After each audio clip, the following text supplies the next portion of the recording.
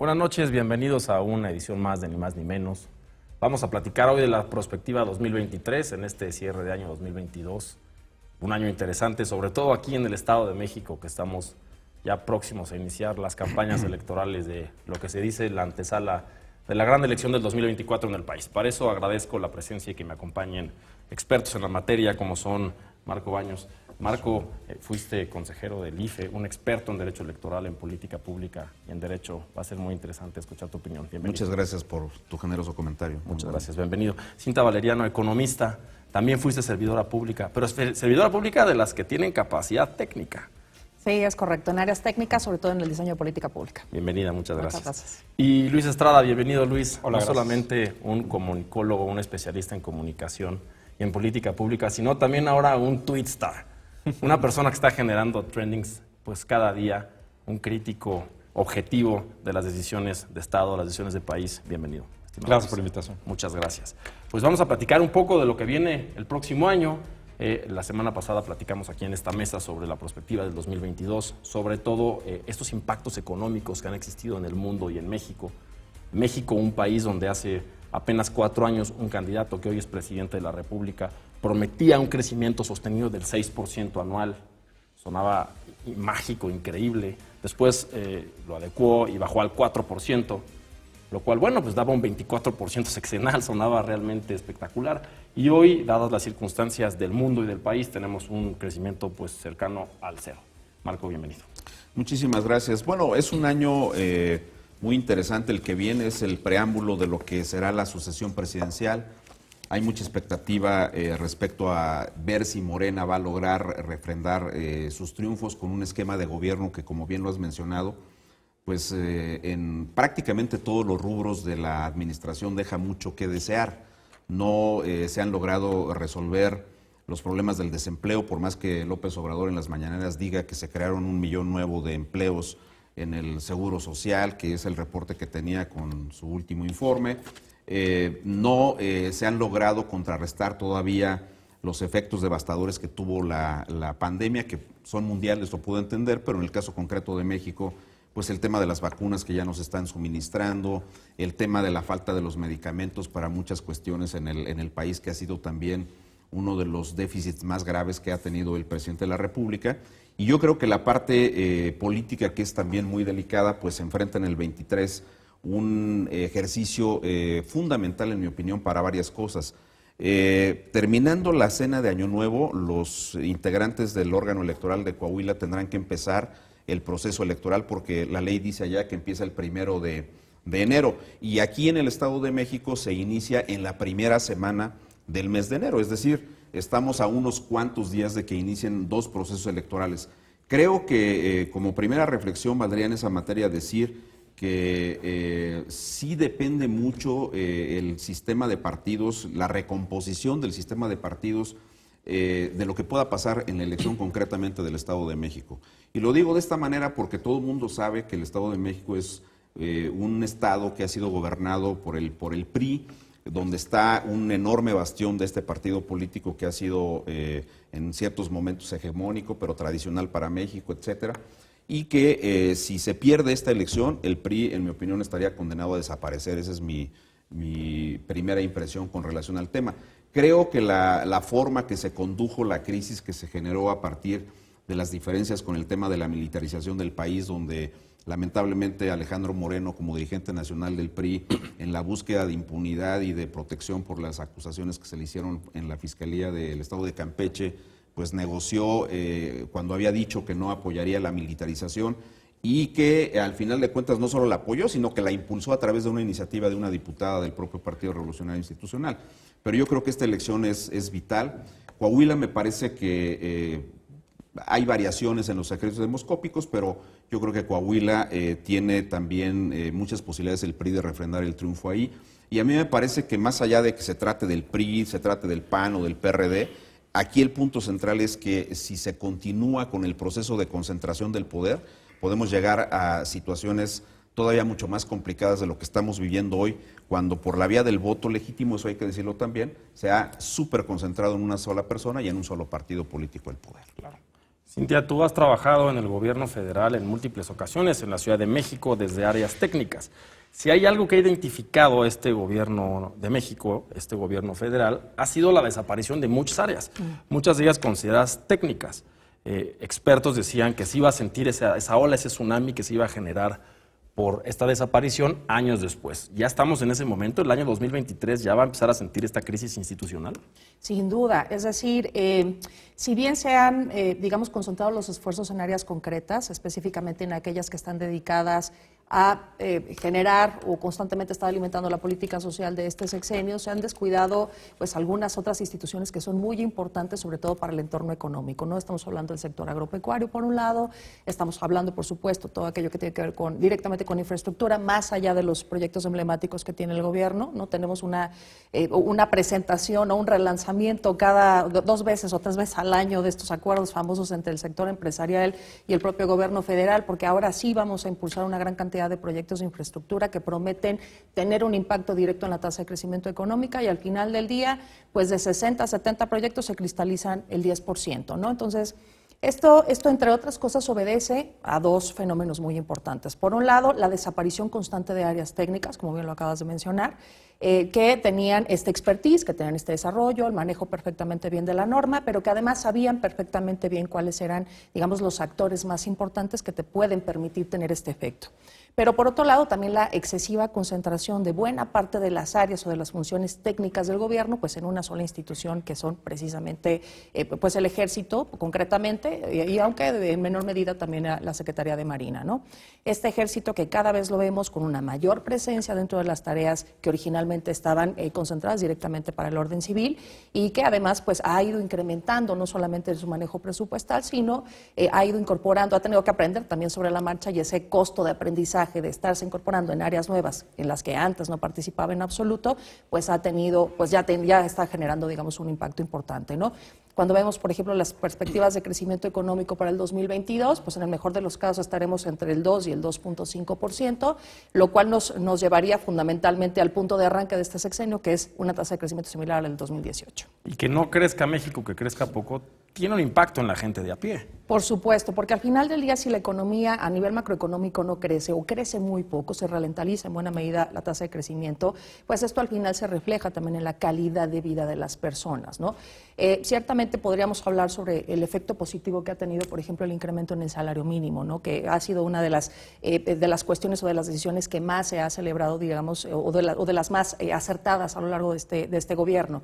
Pero el salario mínimo tiene un impacto realmente menor cuando no tienes esta capacidad como gobierno de concentrar o digamos, de mejorar las condiciones de los indicadores macroeconómicos, entre ellos la inflación. Cuando ya analizas o contrastas fundamentalmente la recuperación del salario mínimo versus la forma en la que ha crecido la tasa de inflación, particularmente la inflación en la canasta alimentaria, pues te das cuenta que se diluye de forma muy dramática su efecto. Lo que todos comemos y además, bueno, la inflación está sucediendo en el mundo. Vemos a Alemania con la inflación que nunca había tenido. El Reino Unido tiene una crisis que no había tenido en 41 años. México no es la excepción. La crítica no es si México tiene inflación y tiene una crisis económica o no, es su atención.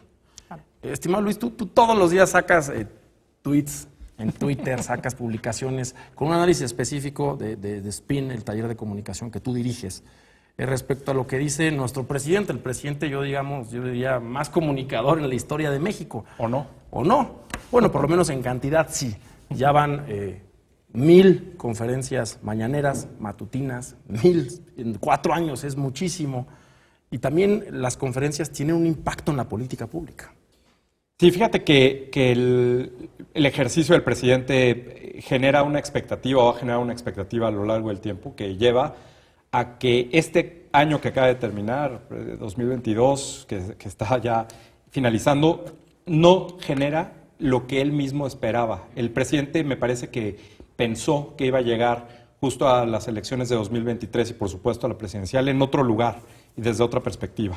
Y eso se da en buena medida porque él pensaba y había planeado y avisaba que iba a estar en otro lugar y no cumplió esa expectativa. Y eso es parte de lo que el tipo de gobiernos como el del presidente López Obrador en otras partes del mundo se encuentran o se enfrentan todo el tiempo, que es poner una expectativa muy alta, prometer, llegar, enfrentarse a que no lo alcanza y entonces pues renovar la promesa y reajustar de alguna forma la expectativa. Y en ese sentido creo que hay una frustración del presidente que se nota cada vez más en las conferencias de prensa, donde ha dejado de hablar de su gobierno y ha optado por atacar a los medios de comunicación, a sus opositores, y la conferencia de prensa, que es la herramienta más importante de la comunicación en cualquier lugar, claro, el presidente se enfoca directamente en hablar mal de los demás y no hablar bien de su propio gobierno. Y eso puede ser por una de dos razones. Una,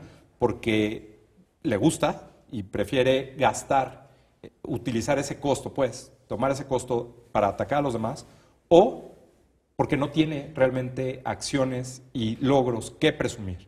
Esta parte que estábamos hablando del crecimiento, me parece que es cierto, puede ser que crezcamos este año al 2, 2.5 o 2.9, incluso en algunas estimaciones, pero venimos de la pandemia y venimos de una parte de crecimiento. Entonces, en realidad el crecimiento hasta el momento es negativo. Sí, es negativo. -0, como dice el presidente. Exacto. Esa parte creo que va a ser muy complicado tener o entregar una buena cuenta, sea como sea, independientemente que incluso el propio presidente tenga una o dos coartadas al respecto. Por supuesto, la pandemia va a decir, nosotros tenemos un plan, pero la pandemia no nos dejó. O incluso la guerra entre Ucrania y Rusia diciendo, bueno, pues la inflación es el tema, aquí yo quería, pero pues esto viene de fuera, no lo puedo controlar.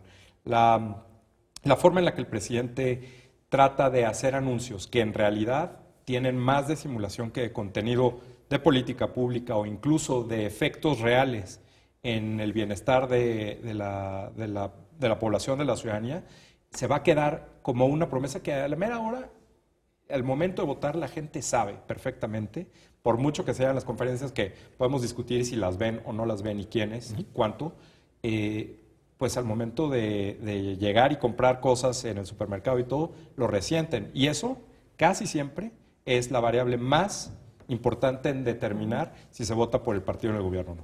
Muy bien. Vamos a un corte y continuamos platicando de la perspectiva 2023 aquí en el Estado de México y en el país. Ahora volvemos.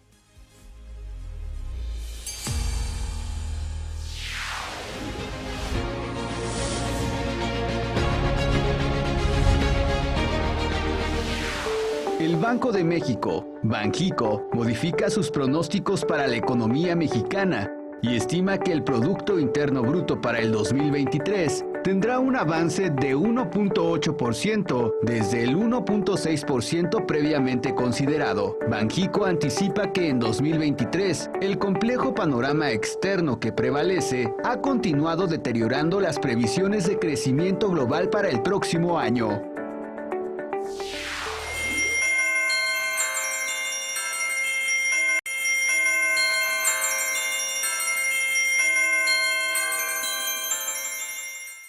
Estamos de vuelta aquí, ni más ni menos, platicando de la perspectiva 2023 en el país.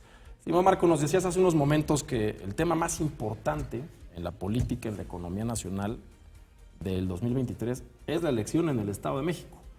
¿Qué se va a jugar en la elección del Estado de México? ¿Por qué los mexicanos siempre volteamos a ver a este Estado, el Edomex, como la antesala del cambio político del país? Bueno, el Estado de México es un referente obligado por muchas razones, por su clase política, por su peso específico en el contexto de la República.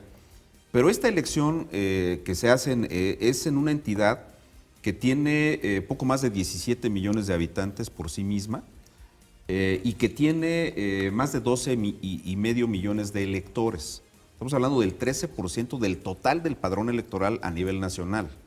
No es un tema menor. López Obrador sacó alrededor de 4.9 millones de votos de los que lo llevaron a la presidencia en el 18 aquí en el Estado de México.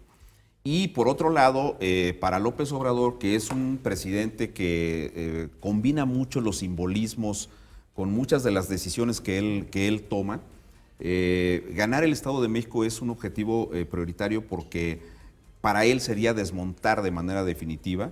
Es el mensaje de desmantelamiento total del partido hegemónico, de los conservadores, de los partidos que llevaron a la ruina al país, como lo ha mencionado él reiteradamente. En diciembre del 2021 vimos de 2020, perdón, vimos cómo el presidente le metió en las mañaneras una cantidad impresionante de horas para hablar mal de la formación de una coalición. Entonces el presidente está jugando a las fuercitas, está queriendo imponer a una candidata que me da la impresión no es la mejor candidata para un cargo como la gubernatura del Estado de México. Morena lo sabe, tiene muchos déficits la maestra Delfina, siendo una mujer respetable sin duda, pero me parece que no es una candidata que pudiera eventualmente ganar acá. Y el presidente sabe que es un ensayo rumbo al 2024, que esta es la parte más importante. Él está trabajando de manera decidida con Claudia Sheinbaum, la candidatura de ella. Tiene ahí un plan B que lo va combinando con Adán Augusto, pero ¿Tú el estás Estado de convencido México, de que para el presidente es Claudia? para mí sí, porque Claudia pues, se ha convertido en una réplica femenina del presidente, esa es la verdad. Vean el discurso, tiene un año que se radicalizó, que el discurso de ella es muy similar al del presidente de la República, y ahora en la marcha que convocó el presidente de la República la vimos como, más allá de ser la jefa de gobierno, parecía del aparato de seguridad del presidente, quitándole las manos que le extendían al presidente para saludarlo, abriéndole camino al presidente. Yo creo que es muy claro el tema, y aquella foto histórica que se dio con la inauguración de la primera sucursal del Banco del Bienestar, donde está el presidente levantándole la mano, pues es indicativo, es un presidente que juega mucho con los simbolismos, y nos dijo desde entonces que ya no había duda, ella iba a ser su candidata. Y creo que la forma en que la ha ido posicionando es así, porque la enorme penetración que tiene en ciertos sectores el presidente, su carisma, su contacto con la gente, no se transmite en automático a los demás, y eso las encuestas lo han demostrado. Y entonces está haciendo todo lo posible para demostrar que puede ganar una entidad tan importante como esta, donde yo creo que aquí la coalición se ha trabajado inteligentemente después de esas diferencias que tuvieron a nivel de las dirigencias locales, y eso me parece que va a permitir que haya una competencia importante y que el PRI tenga muchas posibilidades de conservar el Estado de México. Y eso me parece importante, insisto, para evitar la concentración del poder, que ya es excesiva hoy día y que para efectos democráticos no nos está generando la mejor, pues el mejor escenario para operar el país. Interesante lo que comenta Marco. Precisamente en el Estado de México ya son legales, ya están regulados los gobiernos de coalición, que no son las alianzas políticas para ganar una elección. Quiere decir, vamos a cogobernar, vamos a generar un pacto legal en el cual el poder se va prácticamente a dividir, a repartir entre quienes integramos esta coalición, y aquí está el gobernador o gobernadora, y tiene además a sus secretarios y secretarias de otros partidos. Precisamente parece que será una menor concentración de poder. ¿Tú cómo ves esto en un estado, en un país donde no somos parlamentaristas, somos presidencialistas? ¿Cómo va a operar? Me parece que es algo que es una discusión que hemos venido retrasando, pero que sin duda es el siguiente paso hacia donde tendría que caminar nuestra democracia, ¿no? Esta forma en la cual podemos incorporar visiones de más de un partido político, donde existan compromisos muy concretos de que aquellos partidos que se unen en una alianza, en una coalición, en este caso para hacer gobierno, extiendan e incluso comuniquen de mejor manera hacia los ciudadanos qué es exactamente lo que ofrecen, cómo se integra su propio programa político y su propio programa de gobierno, y que de alguna forma la ciudadanía se sienta plenamente representada, ¿no? Yo creo que ese es sin duda el gran reto y el gran avance que debe de tener no solamente el funcionamiento del sistema de partidos en nuestro país, sino específicamente toda la democracia, ¿no? Comentaba también el doctor Baños hace unos minutos sobre la importancia que tiene el Estado de México, y a mí me gustaría añadir una capa adicional a esta información, y que tiene que ver directamente con los datos económicos.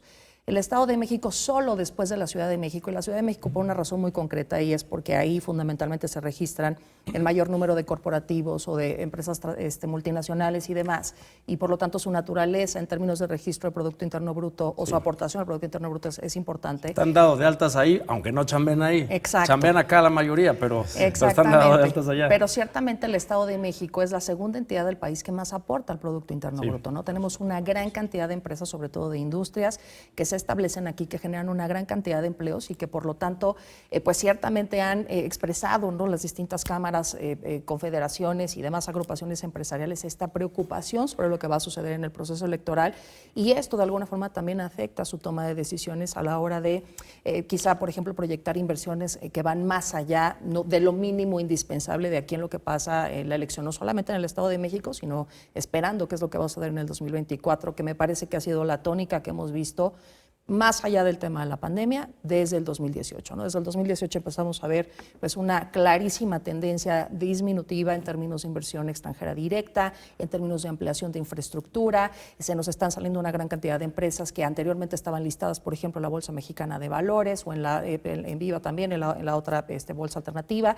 Entonces, digamos, este efecto parecería, ¿no?, que empiezan a surgir una serie de movimientos en términos financieros de forma muy discreta y silenciosa, pero cuando sumamos el efecto a lo largo de estos 4 años, realmente lo que está demostrando el sector empresarial es un efecto de preocupación y de muchísima incertidumbre sobre lo que está sucediendo y que está siendo tremendamente afectado por el entorno político. Claro. Decía en un programa anterior, Luis, un televidente en redes sociales, fue con empresarios, decía, pues a mí no me importa si los empresarios crecen, generan empleo, le meten dinero a las empresas o no. A mí el gobierno federal me da mucho dinero al mes con mi familia, ¿no? O sea, hay mucho dinero público que se gasta en las famosas becas para muchas familias.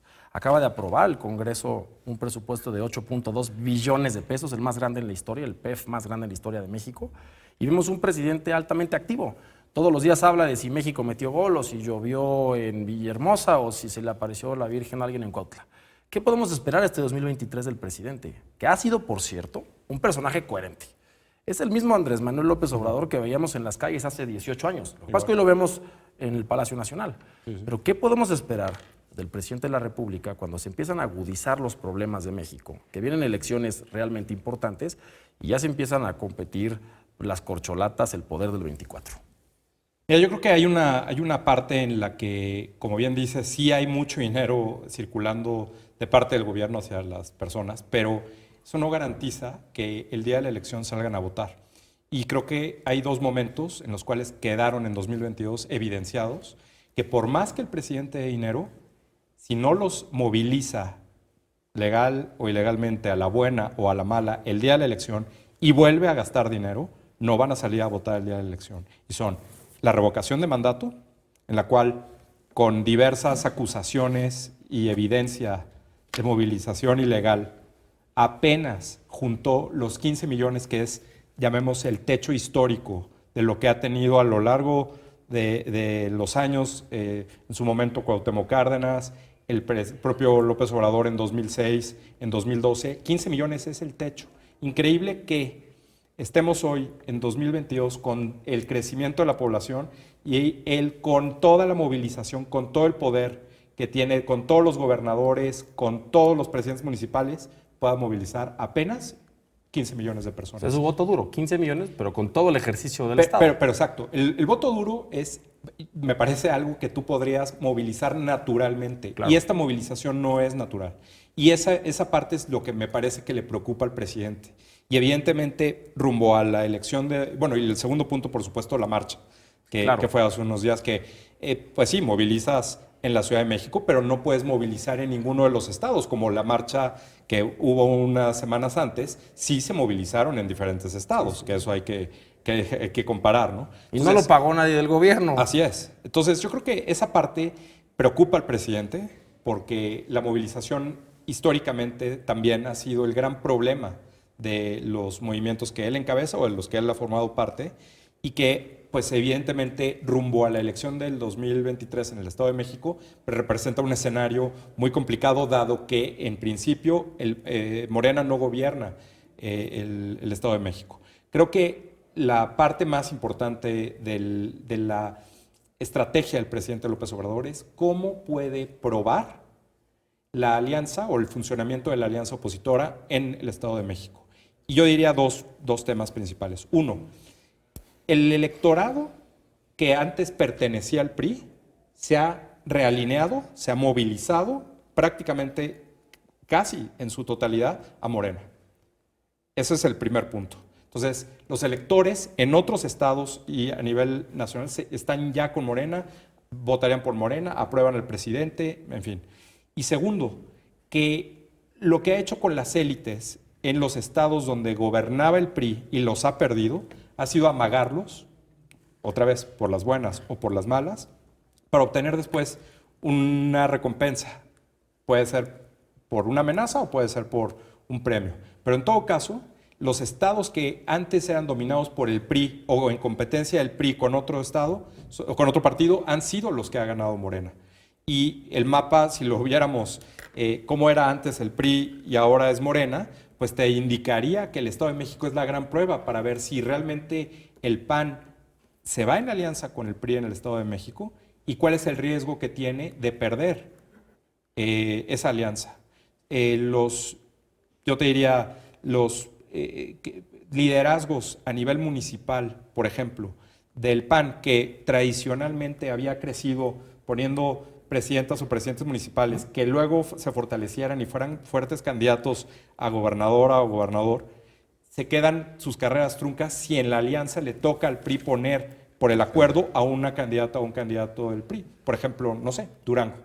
Creo que esa parte tiene que ver cómo se moviliza y es obviamente la prueba que quiere ver el presidente de la alianza, por supuesto rumbo al 2024. Me parece que si la alianza no se forma o no hay alianza, no se forma o no funciona la alianza en el Estado de México, para el 2024 va a ser muy complicado que se mantenga. Vamos a un corte y regresamos a platicar de la perspectiva 2023. Sí, total.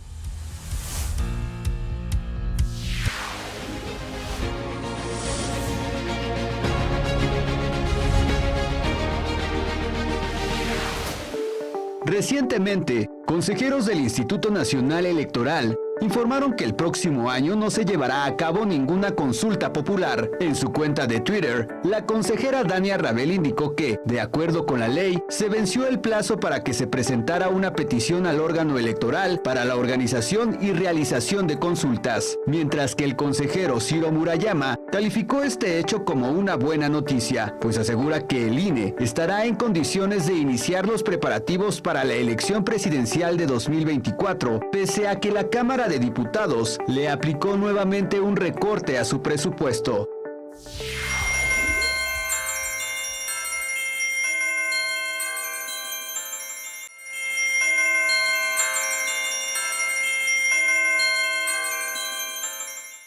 Estamos de vuelta, ni más ni menos, platicando de la perspectiva 2023 y del impacto que tiene pues, para todos nosotros en este estado, en principio que ya tendremos elecciones. Mencionas, Marco, con mucha razón que este es el estado más poblado del país.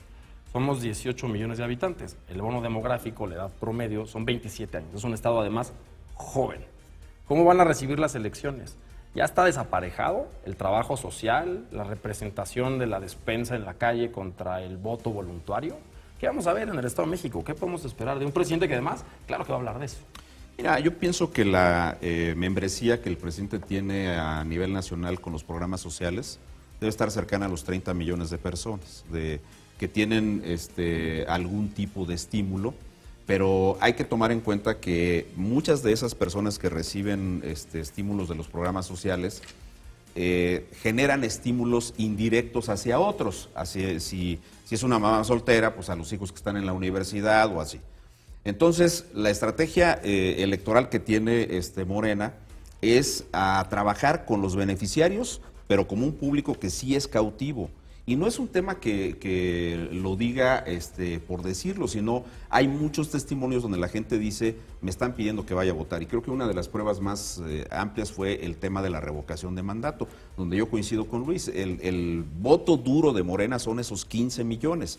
Pero no quiere decir que solo van a votar por Morena esos 15 millones. Yo creo que habrá que ver ya en el Estado de México este laboratorio que se va a hacer en 2023 y vamos a ver cómo funciona ese punto. Pero yo también creo que la marcha del 13 de agosto, sin ser definitoria en términos de un mosaico que tú puedas leer de cómo está hoy día la política a nivel nacional y las preferencias de la gente, sí es indicativa de que la gente se puede movilizar y de que se puede generar un esquema de mejores equilibrios.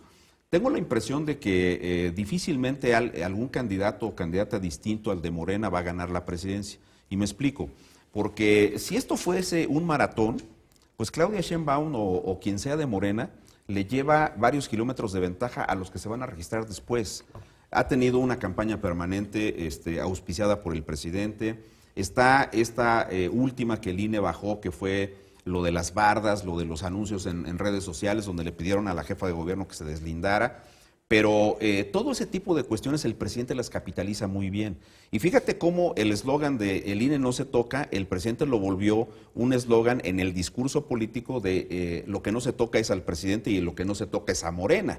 Porque en el fondo, cuando el presidente dice menos dinero para los partidos, es un tema que está absolutamente contradictorio con lo que ocurrió en la redacción del Plan B. Claro. En la redacción del Plan B, ellos están no solamente cuidando los recursos de los partidos, están blindando en los convenios de coalición la posibilidad de que se mantengan los porcentajes de votación para el tema del registro de los propios partidos. Y ojo, están reforzando la normativa para que no se toque a los partidos, pero impiden que el tribunal y el INE se metan y en el fondo están cuidando a Morena. Entonces, yo creo que son temas donde el presidente juega a tener un esquema de penetración con ciertos públicos de la sociedad mexicana, donde amplíe la base electoral del propio partido de Morena y donde él está empecinado en que se tiene que ganar otra vez para Morena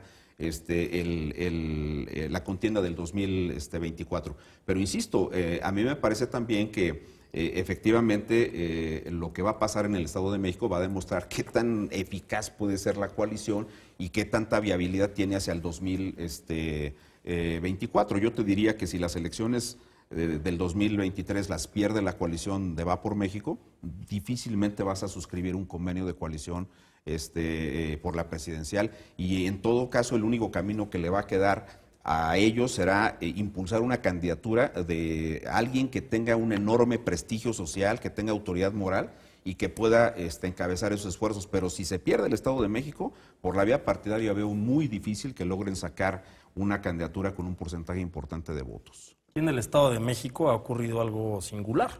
Cuando en el 2000 Fox ganó la presidencia, un poco antes ganó el PRI el Estado de México. Y con Calderón. Con Calderón gana el PAN, pero aquí ganó el PRI. Sí. Bueno, aquí ganó el PRI y ganó López Obrador la presidencia. O sea, están, parece, desaparejados. Y cuando se analiza la política, todos en México somos centralistas, presidencialistas. Tendemos a ver desde el paraguas de lo político de arriba hacia abajo.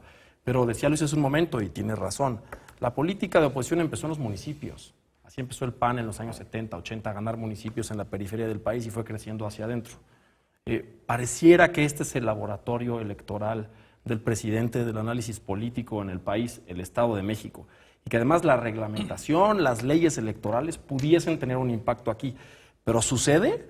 ¿Podemos pensar que aquí se va a votar en la elección del Estado de México a favor o en contra del presidente? ¿O realmente el mexiquense va a decir, a mí me gusta esto, yo quiero esto, o voté por el presidente López Obrador en la elección, pero por el municipio voté por otro líder o lideresa que a mí me hace identificarme mucho más? Bueno, me parece que una de las grandes lecciones o de las grandes acotaciones que nos ha dado el Estado de México es que en la última elección interna, en la elección municipal, varios partidos de oposición reforzaron, digamos, su presencia en la entidad, ¿no? Estados que incluso, partidos políticos que incluso en una elección previa habían perdido territorio, ¿no? Entonces, esta forma en la cual se reconfigura electoralmente, políticamente hablando, el Estado de México, creo que puede, digamos, de ser un poco amarillo en estos momentos para efectos de análisis electoral muchísimo más amplio sobre lo que pudiera suceder en la elección del próximo año, ¿no? En estos momentos tenemos una gran presencia, una enorme diversidad de partidos políticos, no solamente en el Congreso, sino a nivel municipal, que creo que van a hacer su trabajo, van a realizar la operación política correspondiente, pues, y no le van a poner nada fácil el camino a Morena para poder ganar la elección. De forma adicional, yo coincido plenamente con el comentario de Marco, en el sentido de que no necesariamente es transmisible, digamos, esta preferencia electoral hacia López Obrador directamente a la maestra Delfina, sobre todo por, digamos, estos antecedentes en zonas, además, pues muy particulares que originalmente están siendo dominadas por la izquierda. Y no olvidemos también el proceso a partir del cual fue electa también Delfina, o fue seleccionada, o ha sido seleccionada Delfina para encabezar, digamos, este proceso electoral, ¿no? Con muchísimas fisuras hacia el interior de Morena, con muchos muertos en el camino, ¿no? Que seguramente buscarán la forma de no hacer absolutamente nada. Probablemente no le jueguen a las contras, pero ciertamente tampoco abonarán precisamente a que gane esa elección. Entonces, en ese sentido, yo sí creo, o sí visualizo un proceso electoral muchísimo más reñido, mucho más competido, pero siempre y cuando se mantenga esta alianza, digamos, entre partidos políticos que les permitan unificar los esfuerzos y no que cada quien vaya por su cuenta. Porque claro, si eso sucede, pues evidentemente habrá un efecto de pulverización del voto que implicará necesariamente que Morena pueda ganar el proceso electoral en el Estado de México. Por supuesto. Estimado Luis, vemos tus comentarios en Twitter, el análisis que haces en Spin, que es muy interesante, y por lo general contrastan los hechos, la verdad, contra los dichos del presidente de la República de todas las mañanas. El presidente ha dedicado muchísimas horas de su sexenio, personalmente, a calificar.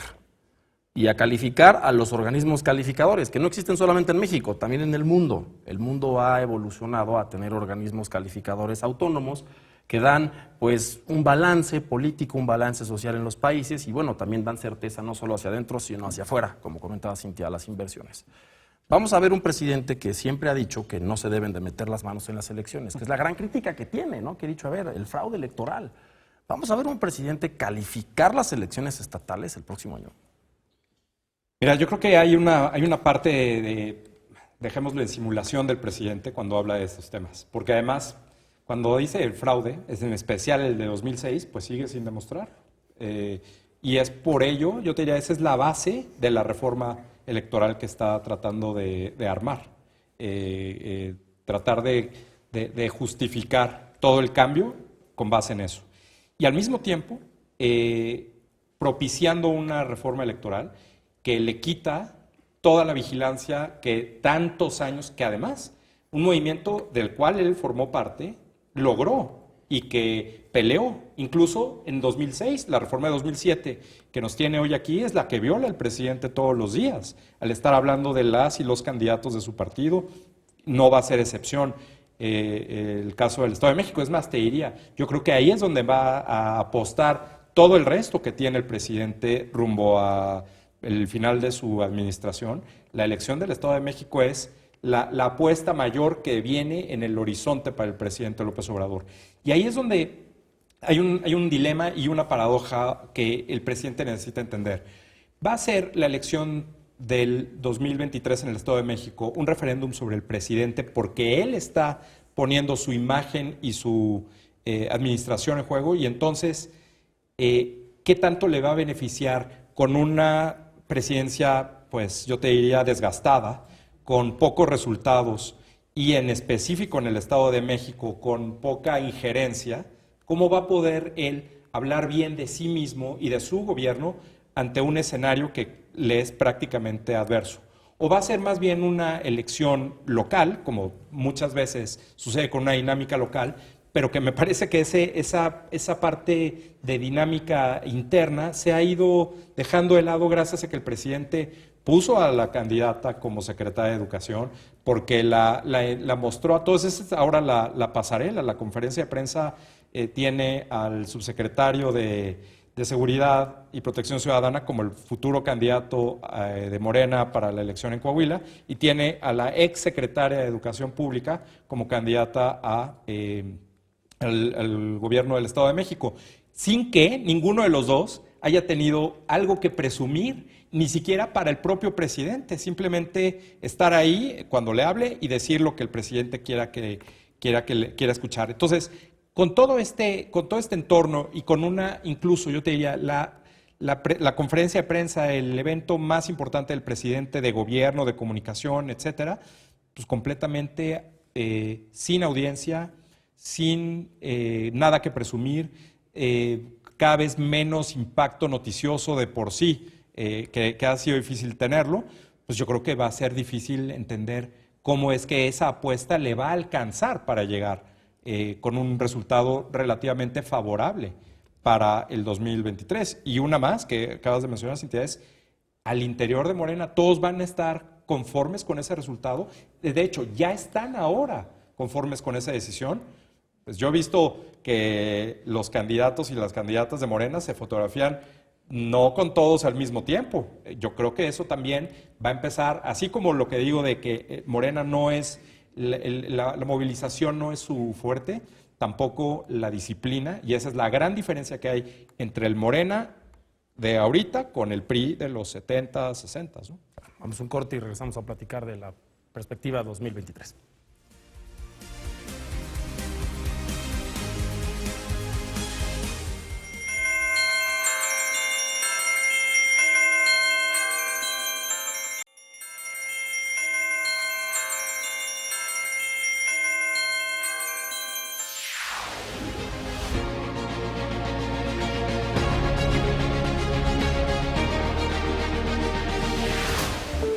La reunión plenaria del Comité Ejecutivo Bilateral México-Estados Unidos para la Administración de la Frontera en el siglo XXI tiene como objetivo la colaboración bilateral en temas prioritarios para nuestra frontera común. En la última reunión celebrada, se plantearon los retos que se presentan en la región fronteriza para el 2023, entre los que destacan proyectos de urbanización, saneamiento ambiental, agua y capital humano. Entre los temas de mayor prioridad se habló del fomento de flujos ordenados, seguros, regulares y dignos de personas y bienes, promoción de la seguridad pública y el combate conjunto al crimen transnacional. Estamos en Ni Más Ni Menos platicando de la perspectiva 2023 y de la gran falacia que implica la diferencia de un resultado electoral con la popularidad de un presidente. En México tenemos una muy mala costumbre de decir el presidente o el gobernador o gobernadora, quien sea, perdió las elecciones porque no ganó su partido. Si tú le dices a un norteamericano si el presidente Obama perdió la elección contra Trump, te va a contestar: no, es que ponte a leer, Obama nunca compitió con Trump, Obama ganó su elección. Perdió la elección Hillary Clinton contra Donald Trump. Y es un tema que esa simple idea diferente implica una esencia básica en nuestra sociedad, que es: aquí estamos acostumbrados a que los presidentes se metan en las elecciones y a que ellos ganen o pierdan las elecciones de su sucesión. Lo cual es absolutamente espeluznante. ¿Por qué estaríamos pensando que el presidente va a ganar o a perder la elección en el Estado de México? Que yo sepa, no es candidato al gobierno del Estado de México y luego no va a ser candidato al gobierno de la República de nueva cuenta. Marco, ¿por qué pensamos así los mexicanos en el siglo XXI? Bueno, es sí un reflejo de un poco las tradiciones, la forma en que políticamente hemos sido formados en este país. Pero el caso López Obrador es un esquema distinto, es un fenómeno este hombre de la política en su forma de comunicar, que como todo el mundo sabe no comunica nada, pero de todas maneras está hablando y él trabaja insistentemente en las mañaneras. Y debo decirte una cosa que tendría que ser revisada académicamente para ver si podemos demostrar algunas especulaciones, pero yo te diría una cosa: las elecciones del 21, por ejemplo en Monterrey, en Nuevo León, llegaba más o menos a la mitad de la campaña, las encuestas decían que iba a ganar Adrián de la Garza. Sí. Iba 2 puntos arriba de Samuel. Y luego de repente el presidente salió y dijo que las tarjetas rosas que se validaron en la campaña de Alfredo del Mazo y que luego el tribunal dijo que eran absolutamente legítimas, el presidente dice es estar ofreciendo recursos públicos, son dádivas, está prohibido por la ley, ¿no? Pero eran las mismas tarjetas que ofrecía su candidata, Clara Luz, eran las mismas tarjetas que ofrecía en San Luis Potosí el candidato del Verde. Las que da su gobierno, las del bienestar. Sí. Y entonces, pero fíjate el nivel de eficacia que tuvo. Claro. Si nosotros revisamos las encuestas, unos 5 días después de que el presidente hizo ese tipo de señalamientos, empezaron a revertirse las tendencias de la votación en favor de Samuel. Es decir, el presidente sí tuvo algún impacto en la campaña, sí sabe hacerlo. Entonces yo diría una cuestión, el 2023 sí es definitorio en mi opinión para el tema del 2024, porque es el estado más grande, es la muestra más importante electoralmente que tú tienes a nivel nacional. Lo que pase aquí será una cuestión que influya el tono en el cual López Obrador se va a comportar en la campaña. Claro, coincido con una cuestión, está de salida. Y evidentemente su nivel de influencia tendería a bajar, claro, ¿verdad? Pero vamos a ver en el mundo de la realidad cómo opera. Ahora, es un presidente que está en campaña.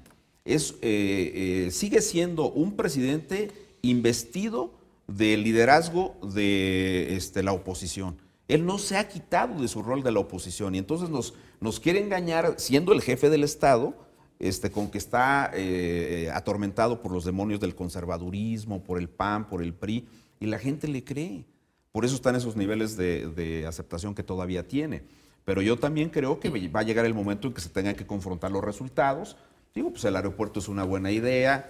Yo el Tren Maya sí no puedo coincidir con ese tema porque a mí me parece, preferiría el aeropuerto de Texcoco, por supuesto, pero no se dio así, lo quitó con una consulta hechiza. Y luego el ataque al ecosistema con el Tren Maya es un crimen, es una atrocidad lo que hizo López Obrador con eso. Pero los resultados van a empezar. Ha inaugurado obras que no están terminadas, el propio AIFA, la refinería, vamos, le cuelga como para 1 año y medio que puedan medio empezar a producir. Entonces yo creo que ese tema sí se va a empezar a evaluar y creo que si la oposición es inteligente tendrá que empezar a poner esos contrastes en la mesa. Cintia, parece que somos más libres en nuestras decisiones en el mundo. Ya no tenemos esas grandes instituciones públicas o privadas que nos influían tanto a una decisión. Un ejemplo, de nueva cuenta, Estados Unidos. Obama tenía una popularidad gigantesca y ganó Donald Trump. Calderón tenía una buena popularidad y ganó Enrique Peña Nieto. O sea, parece que la popularidad o no del presidente puede o no influir en la elección. Sí, de hecho, hay una gran cantidad de estudios que hablan sobre el impacto que tiene, sobre todo la situación económica a nivel microeconómico, a nivel micro, ¿no? A nivel individual, en términos de, y su impacto, digamos, en decisiones de carácter electoral. Y lo cierto es que pues el resultado, ¿no? Digamos, la evaluación de estos 4 años, incluso sacando la pandemia de la ecuación, fundamentalmente no son positivos. Realmente no hay muchos elementos en términos económicos que presumir. Ha habido afectaciones en la inversión, ha habido una serie de afectaciones también de manera muy importante en la inflación, sobre todo en la canasta alimentaria, de la que ya hablamos. Lo que más o menos nos sostiene siguen siendo las relaciones comerciales que tenemos con nuestros socios, sobre todo con Estados Unidos, en este afán que tiene Estados Unidos por ir limitando cada vez de manera mucho más importante y la ahí viene la participación del mercado de reunión China. trilateral a principios de enero, ¿no? Vienen, Sí. y por cierto, dice que va a aterrizar el avión, el Air Force One, el avión del presidente, que ese sí lo tenía Obama, y sí está muy grandote, en el AIFA porque es muy grande, y vamos a ver de qué se va a hablar. Es correcto. Y bueno, y de entrada, uno de las grandes críticas quizá que se le han hecho tiene que ver directamente con este efecto de carácter económico, sobre cómo no ha logrado ni siquiera mantener, digamos, los niveles de económicos mínimos, los básicos, ¿no? Los elementos básicos que se mantenían en el 2018. Mencionabas ahorita el caso de la reunión trilateral. Esta reunión que va a ser tremendamente tensa, sobre todo porque tenemos en estos momentos un panel de controversias en términos de reglas de origen para el sector automotriz, que dicho sea de paso, tiene un impacto importantísimo en la economía y en la matriz económica de los distintos sectores económicos. En chamba. En el Estado de México, claro, y estamos a nada prácticamente de transitar. Hemos venido retrasando, ¿no? esta posibilidad de poder caer en panel de controversia precisamente con el tema energético, del cual pues ya Rocío Nale dijo que no se va a mover un centímetro, ¿no? O sea, se complica la relación económica con nuestros socios cuando la balanza comercial o al menos las ventas al exterior han sido el factor determinante que ha evitado que se descalabre todavía más nuestra tasa de crecimiento económico y es la que sostiene, digamos, el crecimiento económico en el 2022 y la que pudiera tener una afectación directa hacia el 2023, ¿no? Sobre todo en términos de expectativas, que hoy en día, incluso a pesar de los ajustes económicos que está teniendo Estados Unidos y México, a pesar de las correcciones, todo el mundo coincide en que Estados Unidos entrará en una fase de recesión para el primer trimestre del año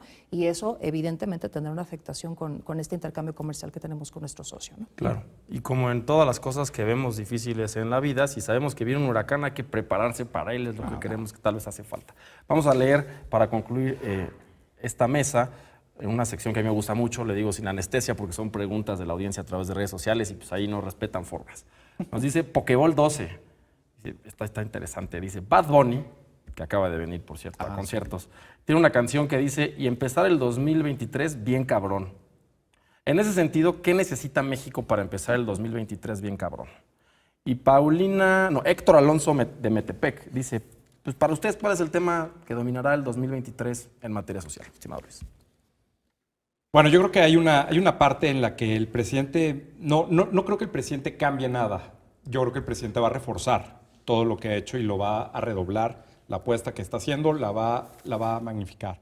¿Qué es lo que se necesita? Bueno, pues claramente yo creo que los procesos en la oposición empezarán a aclararse. Se han tardado porque, bueno, pues las dinámicas internas van fuera de la campaña y para eso son las campañas, para que la gente conozca a los candidatos, vea prácticamente las intenciones de voto en las encuestas más recientes son iguales al voto obtenido en la elección, a los porcentajes en el voto de la elección de 2018. El doble de Morena respecto del PAN y el PRI por separado y sumados no alcanzan. Creo que ahí hay una posibilidad de cambio muy importante y en la discusión en que la gente se empiece a envolver más y más en la discusión de los procesos electorales y obviamente las precampañas legales o ilegales, como se hagan, la gente va a empezar a meterse más.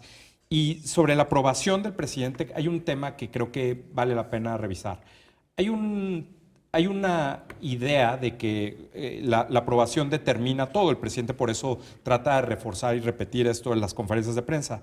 Pero ahora que fueron las elecciones justo en Estados Unidos, Donald Trump, a los candidatos que Donald Trump apoyó y que de alguna forma se apegaron a lo que Donald Trump mencionaba sobre los medios de comunicación, sobre obviamente el fraude de la elección de 2020 que él dice que hubo, en fin, todo esto, todos esos candidatos perdieron.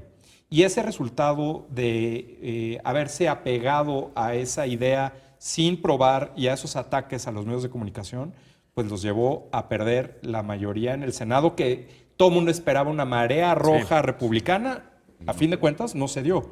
Creo que hay una... a veces pensamos que el electorado no está atento de ciertos temas y la verdad es que están mucho más revisando temas que no pensamos que estén claros, especialmente a nivel local. En Estados Unidos es muy claro. Creo que la relación de México con Estados Unidos, en especial con Donald Trump, y que el presidente López Obrador todavía siga hablando mejor de Donald Trump que del presidente Biden, te dice un poco la fragilidad, creo, de la relación dado la situación económica. Entre menos México esté en una situación sólida económicamente, más dependemos de Estados Unidos. Y en ese sentido, la visualización de lo que viene para el 2024 también pasa por la relación bilateral. Y ahí yo creo que puede tener en la encuesta que tenga el presidente López Obrador la aprobación más alta, si no reorienta de alguna forma y garantiza que no va a haber una crisis económica, que no va a haber un problema, que no va a haber deuda, que algo que realmente se observe, porque hasta ahorita lo tiene, yo te diría, con pinzas. Si esto no cambia para el próximo año y para el 2024, entonces sí se le puede complicar, porque va a ser algo muy difícil de manejar desde el punto de vista del presidente. Para cerrar, en una frase, ¿cuál va a ser el tema que dominará el 2023? El político. Sí, claro. El político también. Político. Pues yo le quiero decir que ni más ni menos tenga un gran 2023. Muchas gracias. Muchas gracias.